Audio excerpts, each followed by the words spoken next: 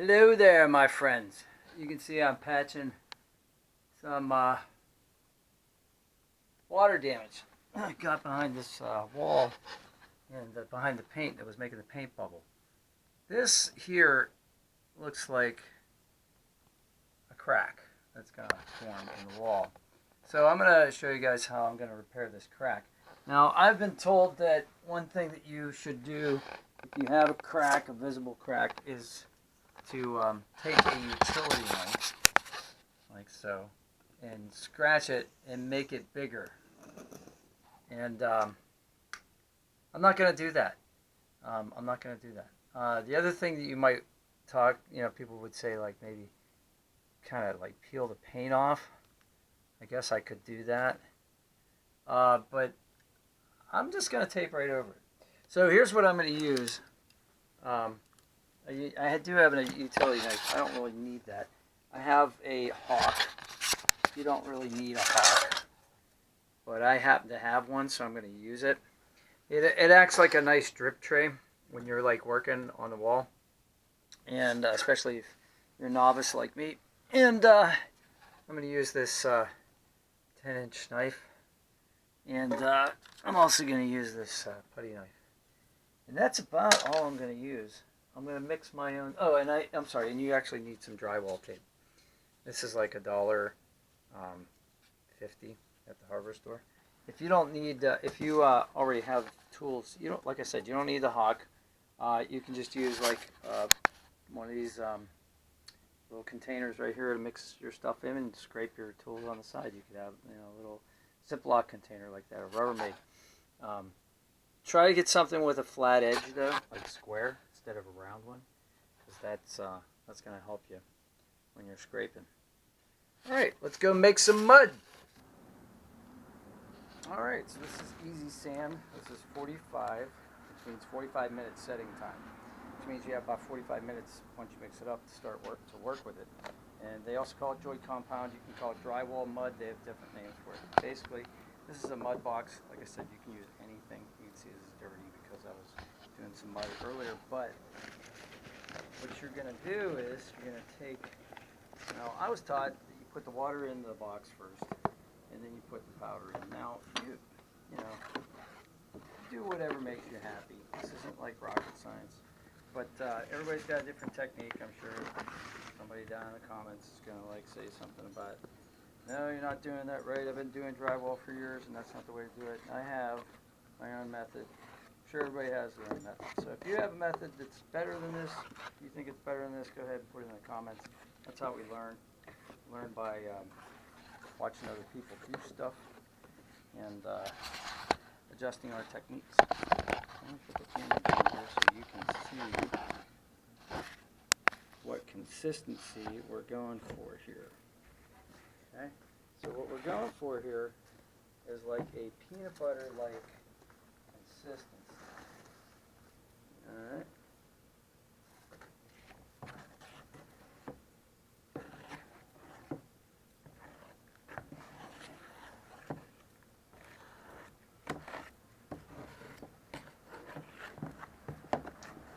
And just mix that sucker up like that.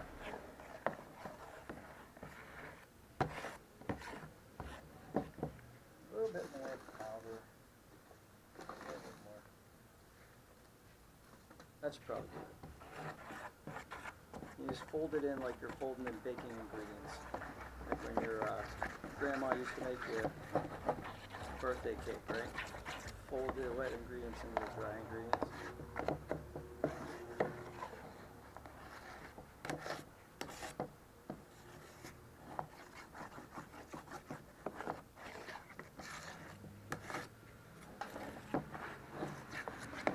So this is pretty good.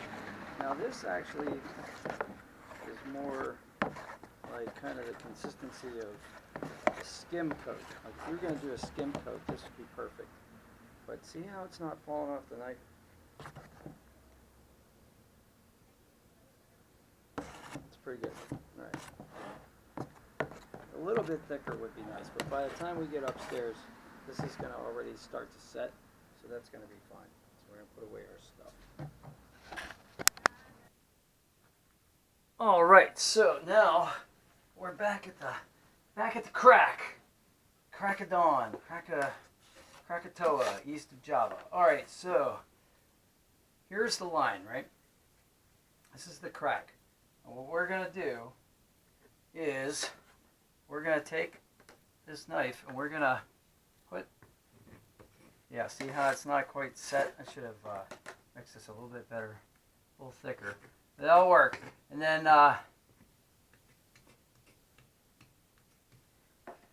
we're going to put some some joint compound, all with this putty knife, all the way down the crack. All the way down. We're going to fill that crack with material. Put your jokes in the comments below. We love crack jokes. And yeah. All right. Now, fun stuff. We're going to take our tape, right? And we're going to measure, and then we're going to tear it. Or if you want to get like really crazy and be like all Mr. Contractor and stuff, you put the tape down here, you get your knife clean, and you tap every couple inches to get to the end, and then you go, oh, come on, there you go, perfect, clean cut, see? Now make sure that's on there real nice, because what you don't want are any bubbles. So from the middle, spread it out, from the middle, spread it out. Now, we're going to put mud, joint compound, whatever you call it, on top of the tape. Beautiful, right? Now this wall is textured. It's not a flat wall, right? Which is great because I can be a little bit messy. But even if you were on a flat wall, the first coat goes on, it goes on a bit messy, right? So that's what the second and third coats are for. So the first coat, you're going to put the material on. You're going to get this to stick. And the second coat, you're going to feather it out. And the third coat, you're going to feather it out even more. Right? So now we got the material on here. You go, here, let's get our hawk. And let's get our 10-inch knife. What we're going to do is we're going to go down the length. We'll go, here, let's go in the middle. And we're going to press out the mud. See all that mud that came out? And we're going to do the same thing this way. See all that mud? Now that tape's on there good. Alright? So, it's nice and feathered out. Give it a little scooch like that. And your tape's on there. So that's your first coat. You come back here, you do a second coat, you thin it out, you can sand it in the middle. When this dries, it's 8 to 24 hours, it says on the instructions, but it's really 24 hours. So come back tomorrow after this time, and then you can scrape any areas that are raised. You can sand it if you want to. Look at me, putting divots in my mud. Here, you can do all that stuff if you feel like it. And then second coat, third coat, and then you paint it. That's all you got. So I hope this helps you. If it does, smash like. Have a great day. Help somebody else without getting caught. Hello there. Day 2. Taping. Remember when we taped this yesterday? No air bubbles in that at all. Alright? But I can still see the tape through the mud. So day 2. The mud is slightly thinner. See? Still sticks to the knife. Sorta. Bloop. But it's like the consistency of like maybe yogurt instead of peanut butter. Alright, so what I'm going to do is I'm going to use the mud box. Should use the hawk really, but I'll just use the mud box. I'm going to use this 3-inch knife. I'm going to use the back. Actually, it's not even a taping knife. All this is the putty knife, and I'm going to slap this onto the wall. And if you mix this mud, if I were to mix this mud and it were too thin, and I either ran out or I didn't want to add any more, I just let this sit for like a minute or so. It'll set a little bit and it'll be thicker. But yeah, I'm just going to cover up the tape above and below.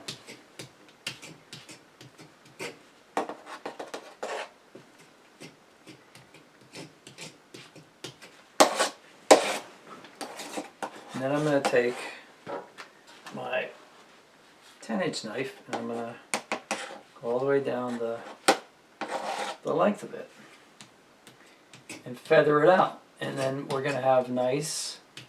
So this wall, I said, if you watched the previous video, this wall is textured. So I'm not going to make this super smooth. If I make this super smooth, it's not going to blend in with the rest of the wall. And it looks like whoever did the wall before me or originally used a technique to hide imperfections by making the imperfections so glaringly obvious that they look like they're part of the design. So, which is really actually very clever, I think. See these little bubbles here? So that's the texture that's in here. So you just kind of slap this stuff on the wall and then leave the imperfections to dry. The only thing is when we paint this, we're going to need a cloth. Well, I prefer to use a cloth roller as opposed to a sponge roller because it'll get inside all the little cracks and such. So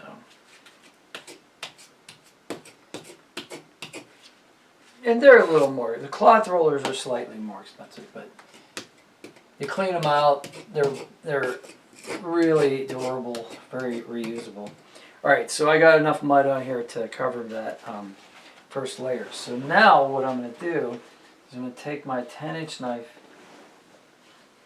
which I think is up here on the ladder, yep, and my hawk, and I'm going to go this way. And I'm going to go this way. The ladder's in my way there. I'm just going to press on that. Right? Now I can see some of the tape in the middle there, so I'm going to put that back down. Ooh, good thing I've had my tarp down here.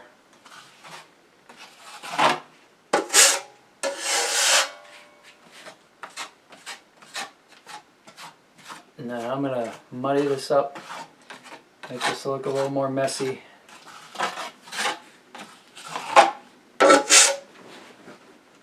So if you were doing a smooth finish, you would take the knife and apply pretty good pressure and do that. But if you're doing a messy finish, like this, it's kind of don't want to see the tape. You muddy it up there. And then kind of lay it out there like that.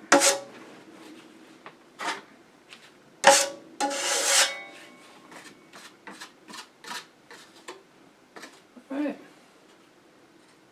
So there's our second coat, and we're good. Hope you guys have a great day. I'm going to finish the rest of this wall. And hope you guys enjoy yourselves, enjoy your life. Let me know what you're up to in the comments below. And I hope you succeed in your projects. Smashing a like for me helps me a lot. Thanks. Oh, I'm not a professional contractor, by the way, in case you couldn't tell. I'll bet you can tell.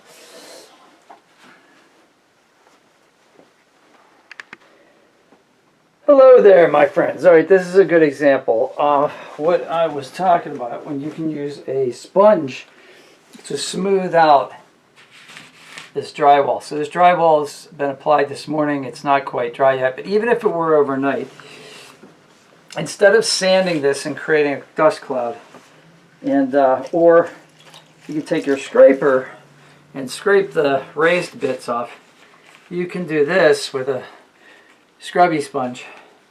You can just kind of lightly go over it like that, and you can smooth all this out, if that's the effect you're going for. Now, I want a little texture here, so I'm going to leave a lot of this, but I'm just showing you as an example how you can do this. There's no dust. I'm not kicking up any dust by doing this, right? And so this is definitely a usable technique if you don't want to have to create a negative airflow space and you know, do all that kind of happy stuff. So yeah, there's a million ways to do this. If somebody out there has a better way than this, or if I'm not doing it right, or to your satisfaction, you go ahead and tell me, and I'll listen to you, because I'm willing to change my mind and learn new techniques. I'm just some dude that is trying to fix up his house. I'm not a professional contractor. I just watch YouTube videos like everybody else and learn how to do stuff. Alright, well, that's all I got for you today. So I hope you guys have a great day. Smash a like for me, and see you on the next one. Thanks. Alright, so you can see here that I put the first coat on yesterday, and there are some real iffy spaces here. See this right here? See that? There, that first coat. Yeah, we need a second coat. Plus, can you see where it's like dull there? Like right there? How much of that has to do with the fact this paint's been sitting in my basement for 16 years? And that maybe I didn't mix it up enough. I don't know. I shook it up a little bit, but that's possible. You should have seen. I should have taken a picture. The paint was separated into its constituent colors. You could see red like floating on the top. So yeah. So I'm going to go ahead and put a second coat of paint on this, and we'll see what the results are. I'll show you afterwards. And yeah, I don't know. I mean, at worst case scenario, I didn't spend any money. I had a couple foam rollers sitting down there. I'm using foam rollers. Usually I would use cloth rollers on a textured surface like this to get into the grooves. But I had those foam rollers laying around forever, so I figured I'd use them up. And so it's not costing me. This project's only costing me time. It's not costing me any money. So I'm fine with that for now. But yeah, if this doesn't work out, and I'm almost at the bottom of that can of paint, we'll just get another color, and we'll just, you know, I'll throw down some gray primer to go over top of the dark color here and pick a different color. But anyway, if you know why that paint does that, like looks flat instead of glossy like the rest of it, see the difference there? Put it in the comments for me. That'd be great. You could share the information with the rest of us and we can learn something. I am not a contractor. I am what you would call an amateur. Just some dude that owns a house that's trying to like save some money by doing things myself. So if you can learn from my mistakes, great. And if I can learn from your wisdom, even better. So smash a like for me. Have a great day. See if you can help somebody without getting caught. Alright, well that's a big sigh of relief. I put the second coat on, and now you can see that it's blending in nicely. You can see where it's wet, of course. But you don't see those giant white marks flowing through the first coat of paint as we did before. So I'm happy with the results here. Hopefully that dries the same color or a similar color. I probably actually should go over this part here with the roller and just kind of blend it in just in case it doesn't quite match. And that way at least I'll have half a wall that looks the same. Although I think we're putting a big dresser back there anyway. But yeah, I think I'm going to do that. I'm going to take the remnants of the roller here, which I use a plastic shopping bag to put the roller in temporarily, so that if something like this comes up, I can take it out again and use it real quick.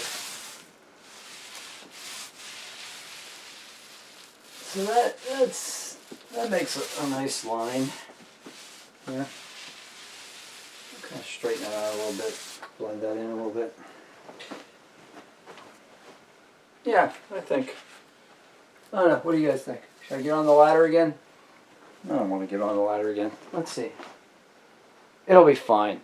And if it's not, I have a little bit of paint left. So I'm going to go ahead and reclaim this into a kimchi jar that my beloved always likes to save those little glass kimchi jars. For what? I have no idea, but I'm using it for this paint now. So anyway, have a great day. Smash like for me. Ask me questions. Give me tips. I'm learning. I'm not a contractor. I'm just some dude that's got an old house and is cheap and doesn't want to pay contractors for work that I can still physically do myself. And yeah, and maybe this helps somebody. If it does, smash like. Thanks. Have a great day. See if you can help somebody without getting caught.